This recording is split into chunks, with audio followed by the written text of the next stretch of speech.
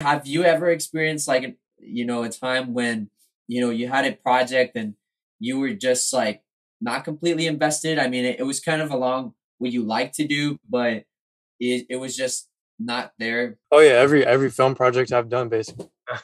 Bro, nah, but seriously though, because like you do have that initial excitement. You start working on it, and the passion's still there, the inspiration's still there. Like when I don't know, like when I'm writing a script and even a script, that passion can die down, and then then it gets back up again when you start filming because the first day of filming, and then the second week, the third week, the second month of filming, it's still a little bit there because you're like excited, especially when you're filming certain scenes and making the vision come true, and things are it's like magic. It's like the words are coming to life, right before your eyes. It's crazy. And then halfway through a film project, like I'll start feeling like, oh man, it's just dragging, man. I just want to get this film done with. This is taking so long. Even filming some of the Spider-Man episodes, even like a given film shoot, the Mysterio fight scenes, those are the hardest fight scenes to film because we have this smoke machine that turns off by itself every like 20 seconds when it overheats, so you constantly have to wait for it to cool down and then turn it back on. And when we're filming that Mysterio fight scene, we needed the smoke to be a certain way, so it's like it's so, without going into too many details, it was an extremely complicated fight scene to film, and it took the whole day. It actually took 2 or 3 days to actually get the whole fight scene done, spread over a month. When I'm working on a film project, when things get tough, because every film project is hard, it doesn't matter what film, it almost doesn't matter what film I've ever made. It gets complicated near the middle, the passion dies down, and then what I do is I just have to force myself to try to finish it, and often the actors too, because their passion dies down too. Like something sparks your curiosity, and then you start adventuring into uncharted waters, or things that might seem like setbacks along the way that you were just not expecting to happen. Since one is leading the project, one has to kind of sometimes push through moments when one is not completely motivated to do the project, right? And sometimes, especially if you're getting paid to do a certain project, it's almost like it's kind of pushing through those moments of feeling like you're in a rut kind of thing. But sometimes when you have a big project that you're working on and you kind of lose that passion or motivation for it, it almost feels like it becomes a drag, right? To kind of finish it. And once you get it done, you do feel that relief, like the weight on your back kind of gets lifted off. A lot of people say that going through those struggles, going through that pain actually helps you become, a better, whatever you're trying to be, better filmmaker, better artist, better graphic designer. So yeah, there's been different projects where I was paid for that kind of stuff, and maybe at first it's exciting, and by no means like the pay is good. The pay is definitely appreciated, and but like just like with anything in life, or even my film projects,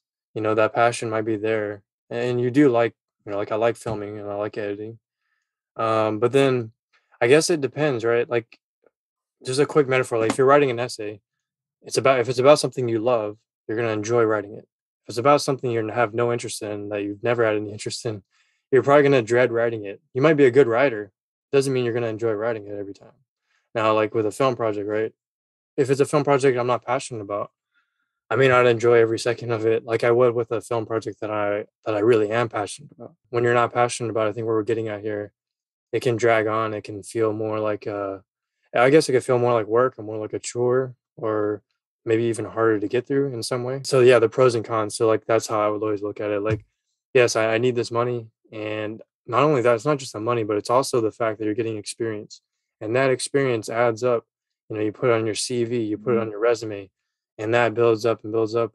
And the more of that you have, especially the more years of it you have, you might actually open yourself up to opportunities in the future for the job that you really want. 6 months in, 8 months in, you realize, hey, this wasn't for me. We were kind of talking about that. Yeah. This wasn't for me. So you do I it. just you did it. You tasted it. You saw what it was like. And I think that's one of the things that right now in our nowadays, a lot of adults or family members sometimes tell us like, hey, like why are you giving up? Like you have to be strong. You have to keep going forward. And it's like, I would say I would fight that a little bit, just because right now, especially, us being in our 20s, sometimes our 20s is also a time of experimentation. You try to see, like, you get a job, and, maybe it does go well, it doesn't. A lot of people say, like, well, give it a year. If by a year it doesn't work, maybe go off of it. A lot of people don't find it because they don't allow themselves to get that experimentation, right? To try different projects, to try different things, and that pushes people outside, or pushes people to kind of conform with just whatever they've messed with, or they kind of experimented with, Sure. right? And so that leads them to a certain limited path. List, should we follow our excitement, or should we just kind of put that off? Like, what are some identifiers? Oh yeah, yeah, definitely. I have well, the most practical solution I have, and it's contrary to most people's opinions, but I see both sides of it. So you're postulating the idea that, the parent tells you to be a lawyer or a doctor or whatever, and but if you're not really passionate about it, don't do that. Do what you love. And I agree with that in some way, because that's what I've done with my own life. However, because I was a biology major and I switched to communication studies. However, I had a backup plan. And that's where I come into with the practical side of it.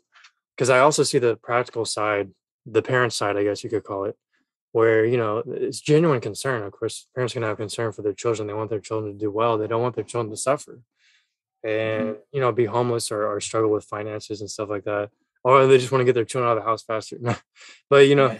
like, but I think it's a good balance, right? If you can have a backup plan, and by backup plan I mean you can have a career in college, both a college degree or whatever kind of job that still allows you to pursue your passion on the side, or half and half. Like, Because